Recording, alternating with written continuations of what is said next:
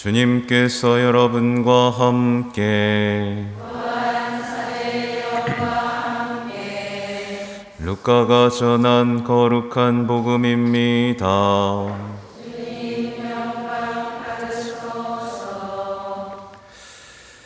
예수님의 부모는 해마다 파스카 축제 때면 예루살렘으로 가곤 하였다. 예수님이 12살 되던 해에도 이 축제 관습에 따라 그리로 올라갔다. 그런데 축제 기간이 끝나고 돌아갈 때에 소년 예수님은 예루살렘에 그대로 남았다. 그의 부모는 그것도 모르고 일행 가운데 있으려니 여기며 하룻길을 갔다. 그런 다음에야 친척들과 친지들 사이에서 찾아보았지만 찾아내지 못하였다. 그래서 예루살렘으로 돌아가 그를 찾아다녔다. 사흘 뒤에야 성전에서 그를 찾아냈는데 그는 율법 교사들 가운데에 앉아 그들의 말을 듣기도 하고 그들에게 묻기도 하고 있었다. 그의 말을 듣는 이들은 모두 그의 슬기로운 답변에 경탄하였다. 예수님의 부모는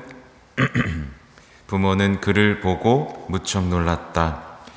예수님의 어머니가 애야, 우리에게 왜 이렇게 하였느냐? 내 아버지와 내가 너를 애타게 찾았단다 하자 그가 부모에게 말하였다. 왜 저를 찾으셨습니까? 저는 제 아버지의 집에 있어야 하는 줄을 모르셨습니까? 그러나 그들은 예수님이 한 말을 알아듣지 못하였다. 예수님은 부모와 함께 나자렛으로 내려가 그들에게 순종하며 지냈다.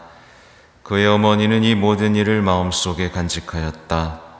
예수님은 지혜와 키가 자랐고 하느님과 사람들의 총애도 더하여 갔다. 주님의 말씀입니다.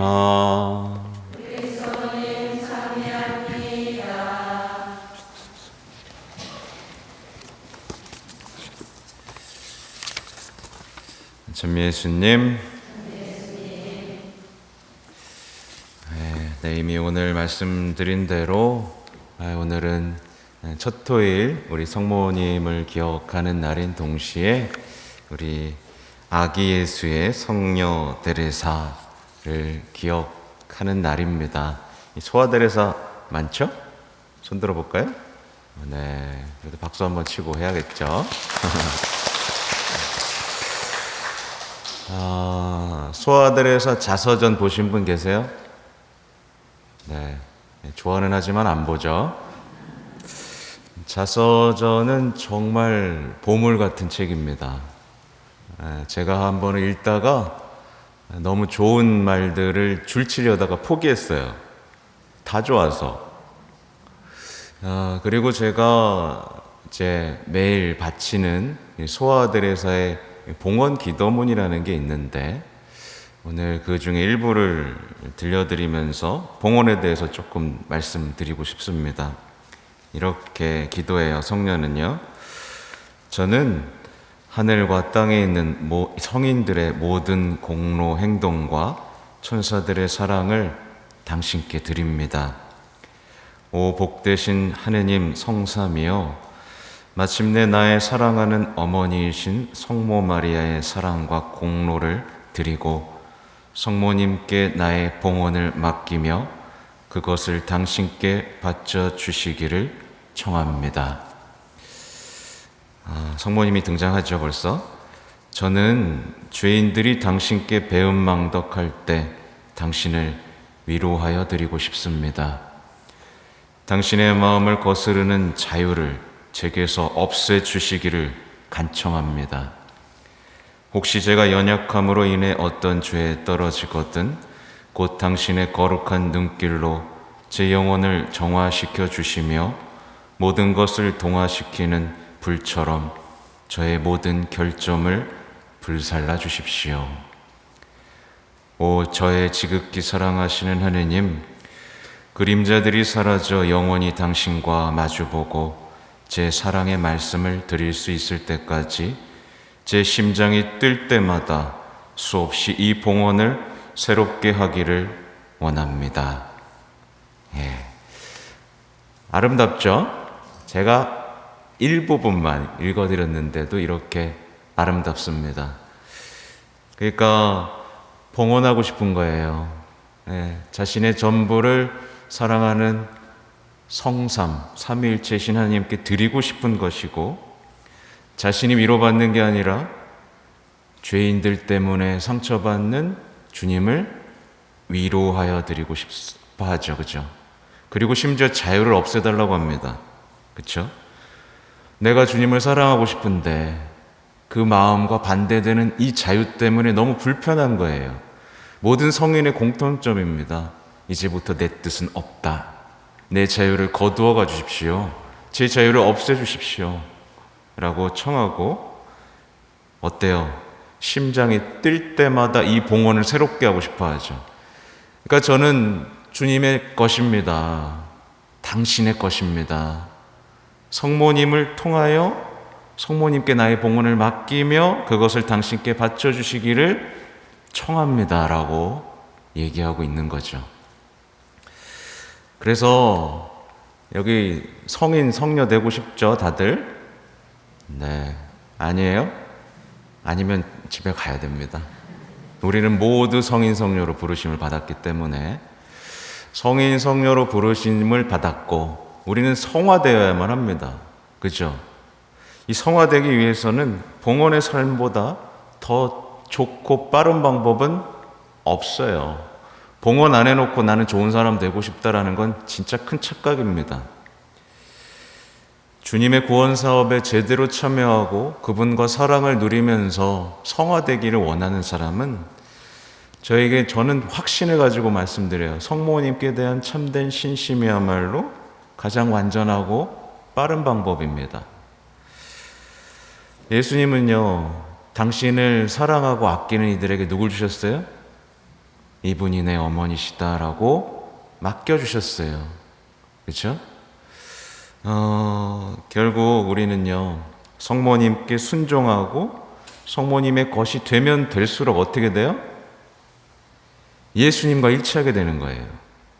우리가 그토록 바른 예수님과 일치되고 뜨겁게 되고 변화될 것입니다. 네. 예수님은요, 성모님을 통해서 우리를 구원하기를 원하신다는 겁니다. 그래서 몽포르의 성 루도비코 성은 이렇게 얘기해요. 마리아를 공경하며 받들며 자기가 가진 모든 것을 바치고 마리아께 대한 존경과 봉사를 위해 완전히 자신을 봉헌하는 자에게 마리아도 당신 자신을 특별한 방법으로 양도하신다. 네, 우리 안에 마리아가 있으면 당연히 주님께서 우리와 함께 계시죠. 왜냐하면 성모님은 하느님의 항상 거처였잖아요. 그렇죠? 늘 성모님의 품 안에 있기를 원하셨잖아요. 심지어 성모님은 하느님께서 바라시는 정원이고 에덴 동산이라고 말하니 우리 안에 성모님이 없으면 예수님도 없는 거예요, 사실은. 그렇죠? 이 믿음은 이미 성경 안에 고스란히 있는데 우리는 이걸 자꾸 간과합니다. 아무튼 오늘 복음을 보면요, 이스라엘 사람들의 축제, 3대 축제죠. 바스카 축제에서 이제 예수님의 성가정이 이렇게 순례의 길을 나서고 있어요. 그러니까 이스라엘 사람들은요, 이 순례를 통해서 자신의 정체성들을 견고하게 했습니다. 네. 그러니까 뭐랄까요? 하느님을 향해 나아가는 백성이라는 정체성인 거죠. 우리는 무엇을 통해 정체성을 찾죠? 주일 미사예요. 주일 미사라는 정체성. 우리가 하느님을 향해 나아가고 하느님을 통해서 파견되는, 그렇죠? 이 정체성이 있는데 이 12살의 예수님은 이 바스카 축제에 갔다가 정체성을 넘어선 뭘 발견하죠? 자신의 신적인 사명을 이제 마주하게 됩니다. 그리고 집에 안 갑니다. 남아 있어요. 어떻게 보면 놀라운 반항처럼 보이는 오늘의 사건. 오늘 복음 속에서 성모님은요, 이렇게 말씀하시죠. 애야, 우리에게 왜 이렇게 하였느냐? 내 아버지와 내가 너를 애타게 찾았단다. 라고 굉장히 고통스럽게 말씀을 하시죠. 이 성모님의 말씀은 루카복음사가가 전하는 성모님의 마지막 말씀입니다. 마지막 말이에요. 여기서 우리가 묵상할 수 있는 건 뭘까요? 예수님을 사랑하고 예수님을 가까이 하는 이들은 어쩔 수 없이 그 고통과 마주할 수밖에 없다는 그 현실에 대한 말씀을 우리에게 남겨주십니다. 예수님을 사랑하고요, 예수님하고 친해지고요, 예수님하고 가까이 있는 이들은 늘 예수님의 죽음과 부활을 가까이 해야 되고, 우리 역시 그 고통에 참여해야 되는 아픔이 있어요. 그래서 사실은 이게 사흘 만에 찾았잖아요. 죽음과 부활을 이미 예고하고 있고 그 안에서 겪을 고통을 예고하고 있잖아요. 그렇죠? 그래서 이 복음은 정말 기쁨과 슬픔이 공존하면서 우리를 영적인 환희의 신비잖아요. 환희로 이끌어갑니다. 또 오늘 복음 속에 예수님 말씀 뭐예요? 왜 저를 찾으셨습니까? 저는 제 아버지의 집에 있어야 하는 줄 모르셨습니까? 라고 말씀하시죠. 이것은 루카복음서가가 전하는 예수님의 첫 번째 말씀입니다. 예수님은 첫 번째 말씀부터 당신의 신분, 나는 아버지의 아들이다 라는 걸 밝히고 자기는 순종해야 된다 라는 것, 자신의 사명은 순종을 통해서 완성된다는 것을 완전히 선포하시는 거죠. 결국 이 말씀을 통해서 아버지의 집에 있어야 된다라는 이 순종을 통해서 예수님은 십자가의 죽음과 부활을 겪고, 그렇죠? 하시겠죠, 그렇죠? 그 길로 나아가시겠다는 어떤 확언이죠. 근데 이제 문제는 이제 예수님의 어머니 또 성 요셉, 예수님의 말씀을 알아듣지 못합니다. 알아듣지 못해요. 너무나 큰 신비였고 마주하기 어려운 거였겠죠. 성모님께서조차도 예수님의 말씀을 이해하지 못한다는 거 굉장히 놀랍죠. 근데 우리 역시 예수님의 말씀을 이해하나요? 못하나요? 못하죠. 아마 이해한다고 생각하는 것들이 있을 수도 있지만 거기에 숨겨진 더 큰 뜻은 우리가 감히 이해할 수 없습니다. 근데 많은 이들이 예수님의 말씀을 듣지도 않고 때때로는요, 듣고 나서 자기가 막 축소시킵니다. 뭐 예를 들면 뭐 많잖아요. 뭐 물고기 오병이어의 기적을 보면서 우린 나눠야 됩니다. 뭐 이런 식으로 완전히 축소시켜 버리잖아요. 그건 그분의 권능이고 기적인데, 그죠? 자꾸만 우린 축소시켜서 내가 알아듣기 쉽도록 이제 조작하는 거죠. 그러면서 이해했다라고 말하는 사람들이 있죠. 우리는 성모님처럼 겸손하게 그것을 마음속에 간직해야 됩니다. 그렇죠? 그러면 그 마음속에 간직한 말씀이 언젠가 열매를 맺겠죠.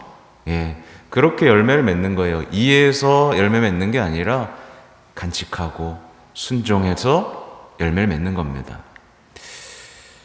근데 우리는 마음속에 간직하기는커녕 마음속에 말씀 하나 남아있지 않은 채, 자신이 나쁜 땅인지도 모른 채, 가시덤불인지도 모른 채, 그렇죠? 길바닥인지도 모른 채 뭐하고 있어요?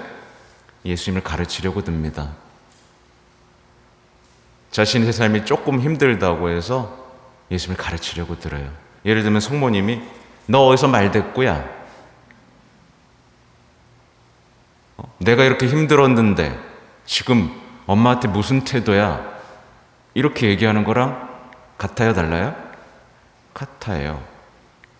말씀을 들으면 그걸 가슴에 담고 순종해야 됩니다. 근데 자꾸만 가르치려고 하고 길들이려고 해요. 얕보는 거죠. 예수님의 말씀을요. 그죠? 그리고 자신이 뭔가 된 것처럼 성모님을 은근히 무시하고 모욕하기도 합니다. 그것도 못 알아들어? 그쵸? 제가 강의 중에 자주 말씀드리는 얘기가 마치 성모님 없어도 된다라는 생각을 가진 사람들이 생각보다 많다. 성모 신심이 있는 척 하지만 사실은 성모님을 믿으면 예수님에게 방해가 될까봐 이러지도 저러지도 못하는 성모 신심, 거짓 신심가들이 얼마나 많은지 모릅니다. 아무튼 예수님의 말씀, 우리의 예상, 우리의 기대를 뛰어넘죠. 그리고 이제 정말 더 놀라운 일이 펼쳐집니다. 예수님의 말씀을 알아듣지 못했죠, 성모님이. 근데 예수님은 성모님께 순종하기 시작합니다. 이 놀라운 일이 펼쳐지고 있어요. 우리는 뭐 좀 안다고 생각하면서 순종을 거부하죠. 나도 알 만큼 안다고요. 내 인생은 내가 살 겁니다. 라고 하지만 12살의 예수님이 이미 신적 지혜로 충만해 있음에도 불구하고 예수님은 겸손하게 성모님을 어머니로 모시고 순종하는 삶을 삽니다. 무려 몇 년이요? 합해서 30년. 신적 지혜가 드러났음에도 불구하고 순종한 건 18해라고 보면 되겠죠. 이게 이해가 되세요? 하느님으로 드러난, 당신의 지혜가 드러난 분이 성모님 품 안에서 순종하면서 지냅니다. 이게 뭘 의미하냐면 예수님께서는 우리가 성모님께 순종하기를 바라셨다라는 것을 드러냅니다. 우리가 겸손하게 성모님의 품 안에서 지내는 것이 하나님께 영광이라는 것을 예수님께서는 30년이라는 세월을 통해서 우리에게 가르치고 싶으신 거예요. 공생활은 3년인데 순종한 기간은 30년입니다. 그리고 제자들에게 어머니를 주시죠. 어머니에게 순종하라는 얘기입니다. 내가 순종했듯이 어머니를 모시고 살아라. 어머니에게 배워라. 그렇죠? 왜 이렇게까지 하시는지 우리는 도무지 이해하지 못합니다. 왜냐하면 성모님은 보잘것없는 인간일 뿐이니까요. 우리 눈으로 볼 때는요. 근데 하나님께서는 뭘 원하세요? 그 보잘것없는 인간에게 순종하기를 원하시는 겁니다. 이게 성경에 숨겨져 있는 놀라운 신비인 거죠. 그래서 몽포로의 루드비코 성인은 이에 대해서 이렇게 얘기해요. 영원하시고 완전 무결하신 하나님께서 미천한 조물인 마리아께 순종했다는 것은 얼마나 놀랍고 기묘한 일인가.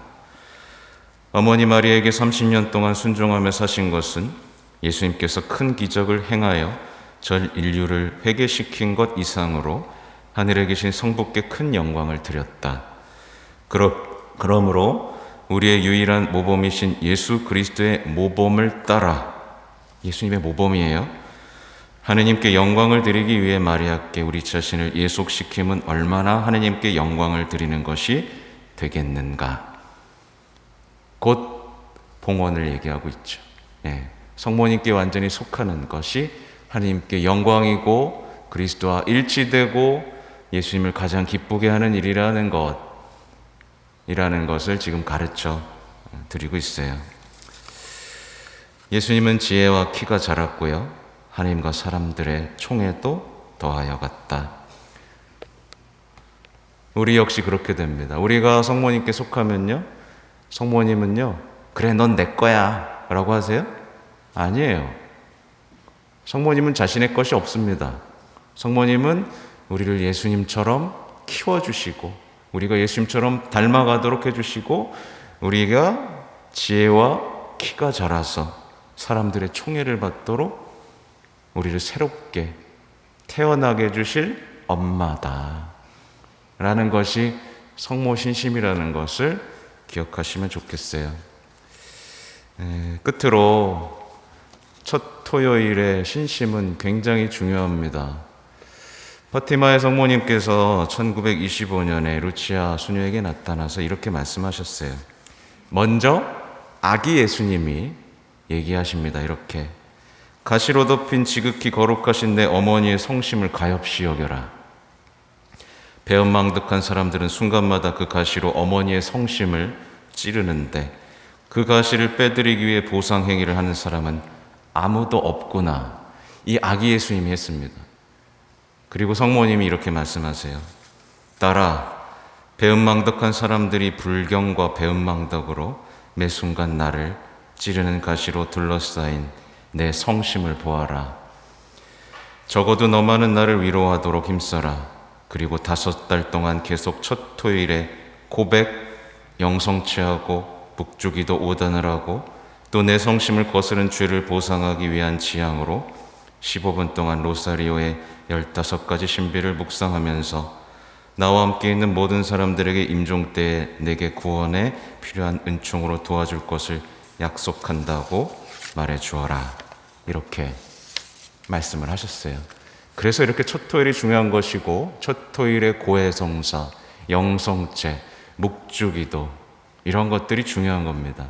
첫 토요일은 단순히 우리가 더 크게 얻을 수 있는 날이 아니라 우리가 더 크게 위로해 드려야 되는 날이라는 걸 말씀드리는 겁니다.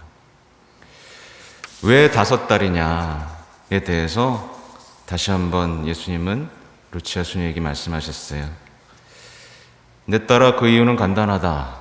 사람들이 말에 티 없는 성심을 거스르고 모독하는 것에 5가지 종류가 있기 때문이다. 첫째, 마리아의 원죄 없는 잉태에 대한 모독.